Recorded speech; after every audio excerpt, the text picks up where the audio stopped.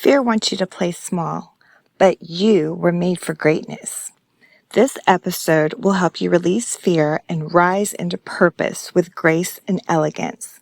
No hustle required. Before we get started, I want to thank you so much for joining me here. I would be so honored if you would please like this video, subscribe to the channel, and share this episode with your fabulous friends who might find some benefits, insight, or entertainment from this content. This is a conversation, so please feel free to participate by leaving a comment so I can connect with you. Now, let's talk about it.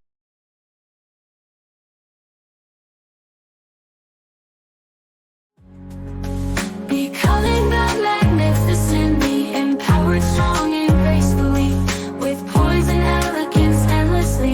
I am who I was born to be. Welcome to Becoming Conversations in Elegance and Empowerment, where we explore living with purpose, grace, and confidence. I'm Sanesa Lusinger, your host, author, and transformation guide. This isn't just a podcast, it's a conversation, and I'd love to hear your thoughts. Visit becomingpublishing.com to grab your free guide, Exquisitely Dealing with Stress, and join the conversation by leaving a comment. Now, let's dive into today's topic. One of the most loving things you can do for yourself is to defeat fear.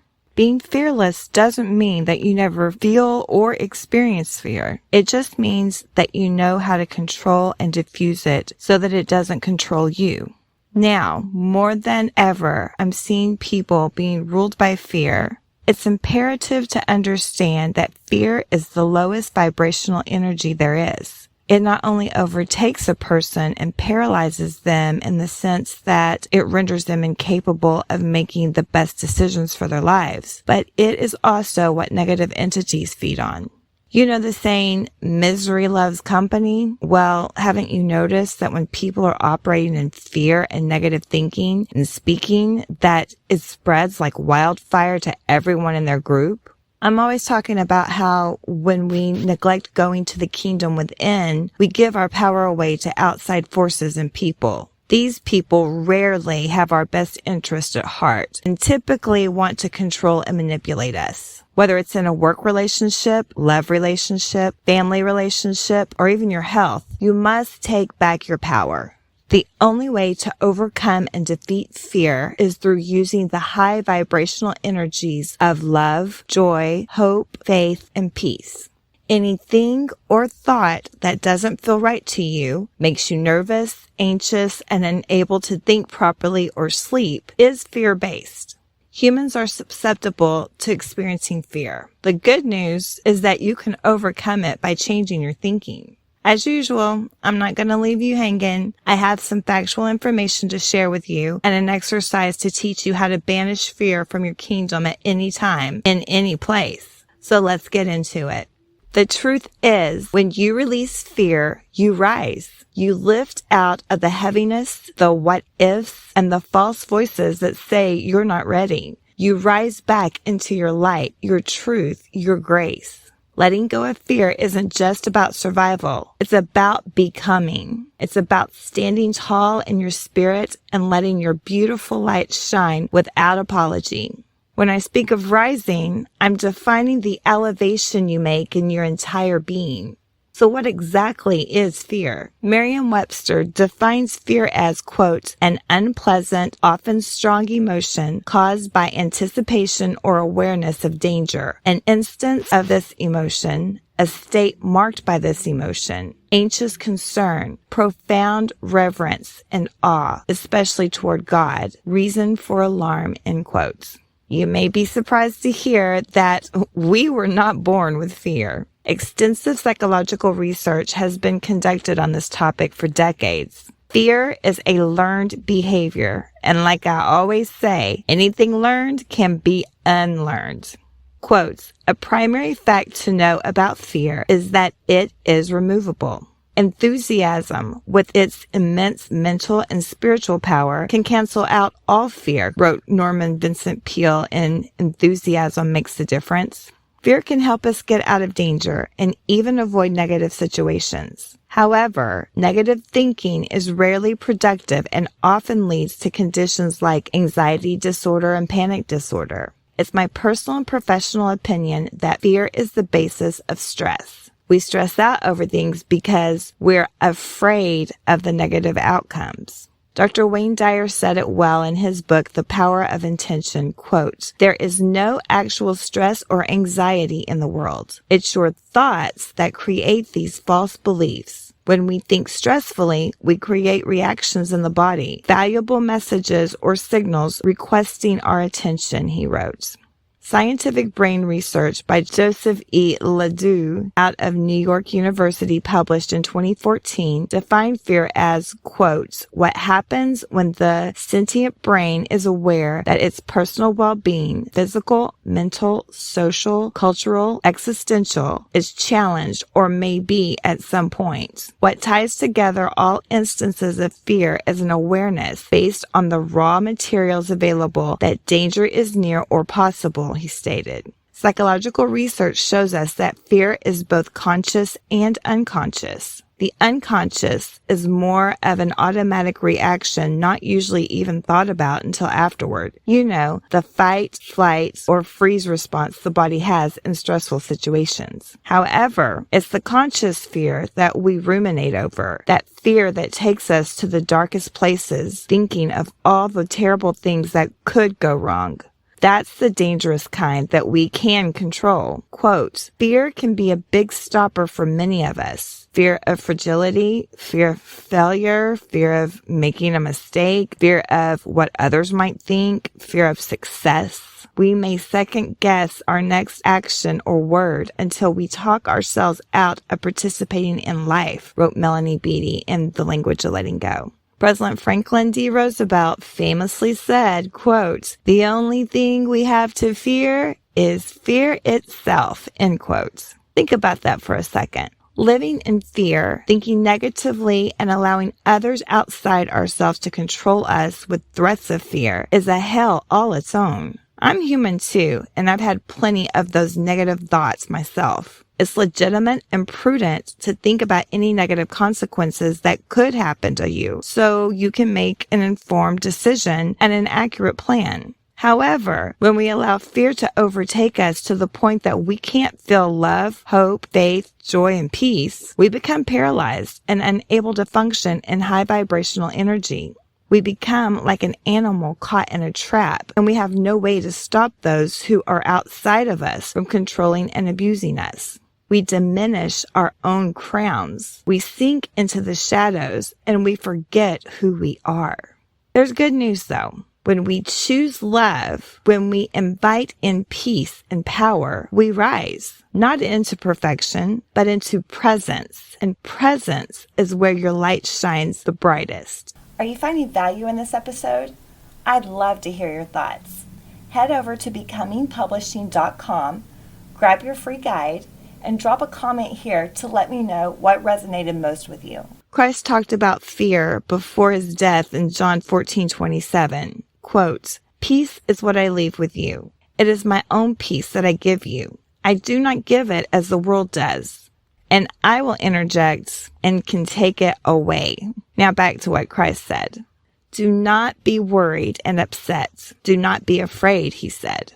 The Amplified Bible further explains, quote, "Let my perfect peace calm you in every circumstance and give you courage and strength for every challenge," it states.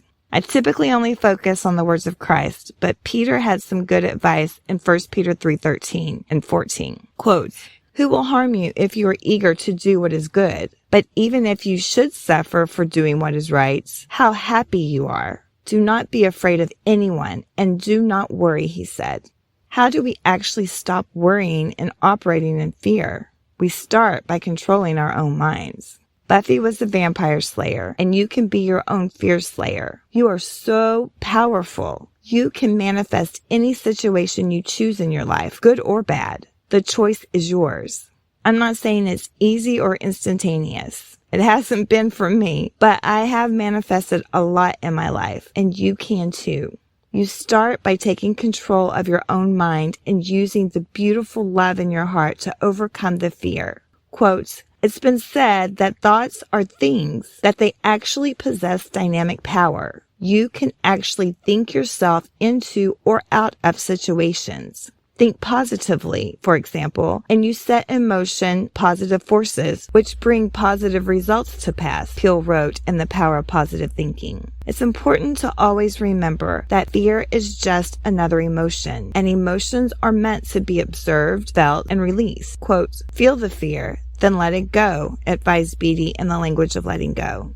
Love is the most powerful energy of all. It is the only thing that can transmute fear. When we focus on love and the feeling of love, the fear is defeated. In times of fear and stress, it's helpful to think about things that make us feel good and happy. That could be a pleasant memory or a beautiful dream of the future. So I invite you to do an exercise with me. For this one, it's important to make sure you're not driving and that you're in a quiet place. I invite you to close your eyes for a minute and take 3 deep breaths. In for 5 seconds, hold for 6 seconds, and out for 7 seconds. Let's start. Breathe in, hold,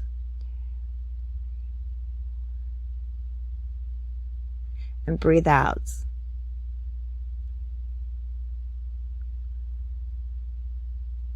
Again, breathe in, hold, and breathe out. Let's do it one last time. Breathe in, hold, and slowly breathe out.